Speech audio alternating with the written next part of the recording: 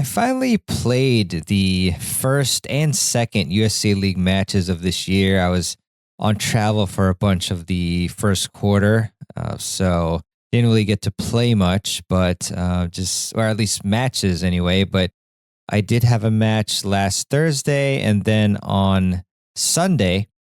And to recap, because it's always fun for me to talk about my matches on the show and then reflect upon what I did well and what I didn't do well. My first one was a mixed 9-0 match. So I played with a 4-0 lady. Shout out to Carol. She did great. And we played against two very solid 4-5s. I've actually played against both of them a few times. And we had a really good one.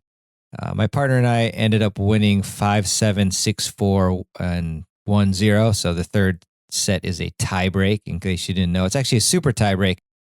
Play up to 10 with the Komen tie break format where you switch after 1 point and then every 4 points.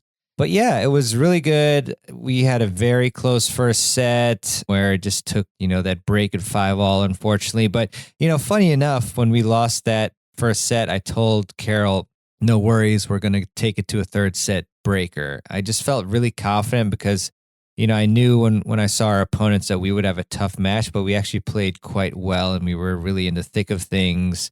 I think we might have been up a break and then they broke back and leveled it and then they ended up breaking again. So, but yeah, I was feeling really good and my prediction came through. And, I think, part of the title of this episode is confidence, and I just felt it. I felt really focused and zoned in and confident, and that can make such a difference. And, invariably, we're going to lose our focus sometimes, but, you just have to have your own routines and ways to get your focus back. So on the few occasions that I did lose focus, I was able to refocus, doing things like feeling my feet on the ground and playing with my strings and just really thinking about what strategy am I going to employ in the next upcoming point. But yeah, so the second set was really good. I think it was pretty tight in the beginning, and then we pulled away. We just had some really good return games, got more returns in, and I was able to impose more on my forehand. I just kind of told myself that, I have the best ground strokes on this court, and I'm going to hit my forehand big. One other thing that we did that actually I have to give credit to Carol is I ended up playing the ad side because I had asked Carol, which side she preferred to return on, and she said she preferred the deuce side. And so, I'm pretty flexible with that sort of thing, so I return on the ad side, but I normally do play the deuce side. So, She actually proposed that we switch sides, and I just confirmed with her that she was, okay with returning on the ad side. And, that's something that you should definitely talk to with your partner about and make sure about, because a lot of times people just assume that, the stronger player should play the ad side, but, it really does depend upon your strengths and so forth. So, yeah, we switched it up, and that seemed to work pretty well. And we served solidly. Carol was hitting some really nice first serves in particular, and we were able to close it out 6-4. And then the tiebreak was super close because we won it 11-9. Honestly, I think we just played slightly cleaner because I do remember at 7-all, I believe, my partner served to the other female player. Well, I'll name her Eve. Shout out to Eve. She played really well. But yeah, she ended up missing that return. And I honestly thought that was a fairly, standard return. But it's not easy. It's 7-all. If you even think for a split second about the score and things like that, then you can make an error. I've made tons of errors like that myself. But, that was obviously very helpful for us. And so, yeah. And then let's see what else happened. So yeah, and then at we had some ups and downs in the next few points and traded blows, and then managed to get it to 10-9. Actually, at I think at 8-all or one of those points, in the tiebreak I hit like probably only the fourth backhand of the match because I just was hitting so many forehands. And I think a few years ago I would have trouble with hitting that backhand in the tie break, I might just like kind of like not push it in, but be a bit more conservative. But I was just really dialed in and focused. And I think, that was kind of a mindset, is kind of a dual mindset that I had that match for whatever reason. I think part of it actually is because I've been getting in a lot of reps lately. Played a bunch on Tuesday and I think Sunday or Saturday. And yeah, I was just getting more reps in. So, I need more reps to be more confident in my play. And so I felt dialed in and focused and then also confident. And, the JTCC Junior Tennis Champions Center, where a bunch of the guests from the podcast are, such as, Vesapunka and TC Costello, great coaches over there. Their motto is trust your training. And so I just felt like I had been training well recently, confident in my strokes. And so, when I got that backhand, when we were tied late in the tie break, I just swung with full confidence, actually whacked it pretty good cross court. And I don't think my opponents were expecting, the velocity of that shot, especially on my backhand. And so they produced an error. But yeah, and it was really exciting at 10-9 when we were up. I think we both ended up getting to the net. And if I recall correctly, Carol hit a really good volley that forced Eve to hit a lob off balance, which she did a great job getting it back. But then I was able to essentially put away, I think I did put away the overhead, yeah. And so that was a nice end to the match. So, and, Leonard played really well too. I mean, one thing, Leonard is a great doubles player because he's able to cover a lot of the court. He's very aggressive at net and moves a lot. So, I felt like when I was in the backcourt, I really had to, just swing freely and play confidently. And again, like in previous matches, actually even on the forehand, at close, critical moments, like in the past, I would kind of just hesitate or kind of lay off the ball. But, now, especially in doubles, you do have to be more aggressive because there's always this threat of that net person. So, yeah, it was a great match. Had a lot of fun. Obviously, when I was at net, I was looking to pick off volleys or, pick off the ground strokes and hit a volley and to the opposing net player. I love pulling off fakes. I love poaching at crunch time moments because usually the player is more likely to play it safe cross court, things like that. And yeah, just a really fun match. And yeah, really enjoyed that. And then I had a 9-5 combo match on Sunday night. I actually had other plans, but then we postponed those plans to the next night. And yeah, anyway, so it all worked out because we only had 5 players available, but I was able to partner with a buddy of mine, JB, who we've practiced a lot lately. And we had a great match. We played Byron and Jose and we won 6-1, 6-3. So this one was really just a great partnership. It's funny, with this 9-5 league, I was out so much and I captained this team, but and I like to let others play it. So this was my first match of that league and also the last because that was the last match. But I was glad to get one in at least. And so, the cool thing is that JB has a huge serve and is super aggressive at net. And then it's a bit like volleyball because I return quite well, not to sound like cocky or anything, but, I return pretty well, in comparison to the rest of the players. And I'm very comfortable rallying, especially, playing deuce side, hitting a bunch of forehands. So, I just hit heavy forehands deep, and then it allows JB to eventually pick off the other player. So that was really great. And then, when JB served big, I was obviously able to also get quite a few like easy volleys or like semi overhead type shots. So, in this match, it was equally important to be on the front foot, be aggressive with the returns because Byron was actually pretty aggressive, I'd say, poaching on my returns a lot. And I actually probably should have hit more down the line.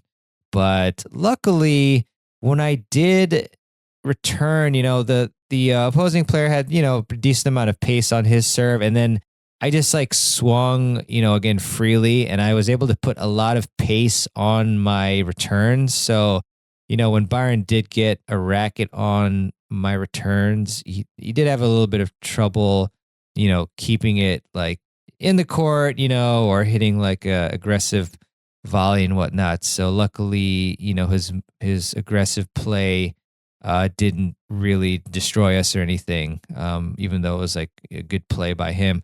But yeah, so that one was pretty straightforward.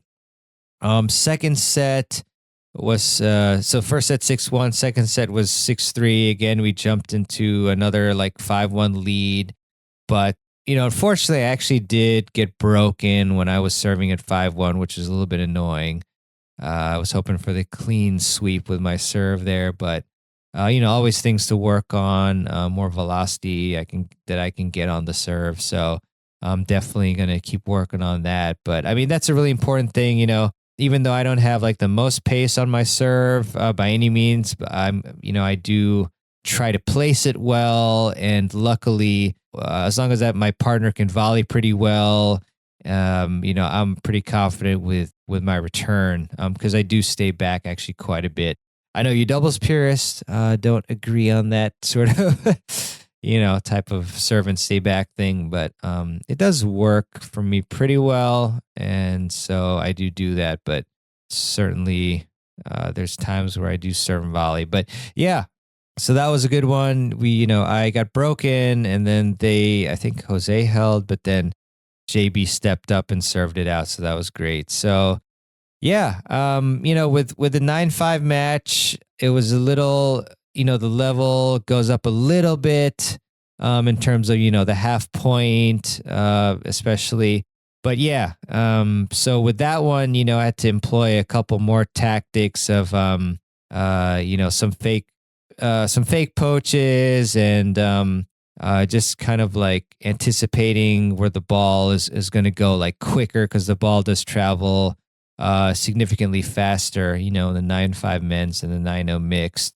So, but yeah, luckily I was able to adjust pretty quickly because I had been playing a lot of like pretty high level singles and doubles practices and whatnot. So yeah, I mean, I hope you enjoyed kind of the recap of my matches and kind of like interspersing strategy in between. But, I think, again, a couple of the messages are in doubles, you definitely do need to try to match up your strengths with your partners as best as possible. Find what you both are good at and maybe not so good at, and then try to just like mask the weaknesses as much as you can and amplify the strengths. And also communication is really key. I remember just trying to talk to my partner quite a bit, especially, and I'm referring to mixed here, when we got down in our service games, just kind of slow things down, talk about what we wanted to do.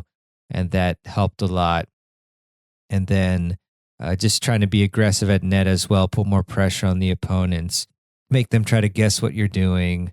And also, it's good to have a good overhead as well. In these doubles matches, you're going to get lobbed quite a bit, and you need to be able to put the ball away. So actually, ironically, that's I'm going to be doing an overhead lesson in Tampa from my good friends Peter Freeman and Gigi's camp at Innisbrook. So that'll be really fun. But yeah, and most importantly, just you really need to mirror your practices according to how you play your matches. I actually recorded a chat with my friend Mark Sofolis for this upcoming tennis summit, which I will be emailing you about, letting you know about how to join. And it'll be registration will be opening up very soon. But we just talked about, again, the importance of like figuring out, the data in terms of like what strokes are you hitting the most in your matches? Like, how are you, winning most of your points? And then kind of just going back to your practice and trying to maximize your practices for that, and seeing, what rally lengths are you experiencing the most in matches, which invariably is going to be like the 1-shot to 4-shot rallies. And then structuring your practices accordingly. Obviously, practicing a lot of serves and returns is super important, and just not really done. I mean, I think the other day I had to kind of stop myself because I was rallying with a buddy for like 20 minutes or something, just in the middle of the court, and I had to kind of change it up and do something that was more match specific. It's funny too. I am a fan of Tottenham Hotspur Football Club, which is in the English Premier League, top 4 team at the moment, but undergoing a little bit of a rough time in terms of the coaching situation, and some other rivals doing really well. But I was watching Harry Kane, who is arguably one of the greatest strikers of all time, and he was saying that when he practices one of his moves, like a quick touch and a strike, like he noticed that a lot of other strikers would actually practice it slower, when they were just like again in practice. But he was saying how in a match situation you have to just like touch and go really quickly, just one touch of the ball and then strike. So he tries to practice according to how the match is going to go at like match speed. And so I think that's a really important, metaphor or comparison, where you do want to make your practices similar to your match play as much as possible. And another thing Mark mentioned, not trying to spoil his summit episode that's upcoming session, but he was saying how one of his players they were analyzing like his results and found that he was losing.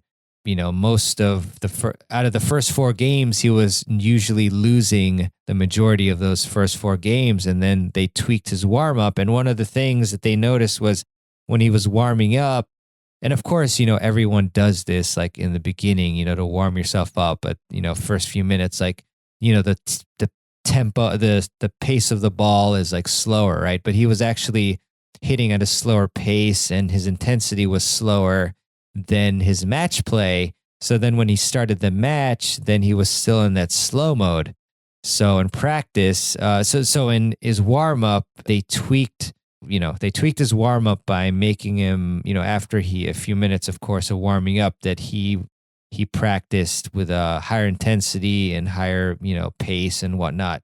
So then they analyzed his results after the tweak, and he was winning the majority of the first 4 games. So there you go. So that was a really cool nugget that I learned. So, again, just tailoring your practice to matches, can't really stress that enough. It's just not being done. Like you look at 80% of people on public tennis courts or even at tennis clubs, they're rallying in the middle for, 30, 40 minutes. So yeah, hope that nailed it in your skull, so to say, about that concept. But yeah, I really hope that you enjoyed this episode of the podcast. And if you did, I really would appreciate it very much if you would leave a review for the show. We have well over 100 ratings and reviews, but really every review and rating helps so much to lift the show up the rankings and have it be more visible for everyone. So that just helps the community a lot by you just leaving a rating and review. And you can do that at tennisfiles.com/Apple Podcasts with an S at the end.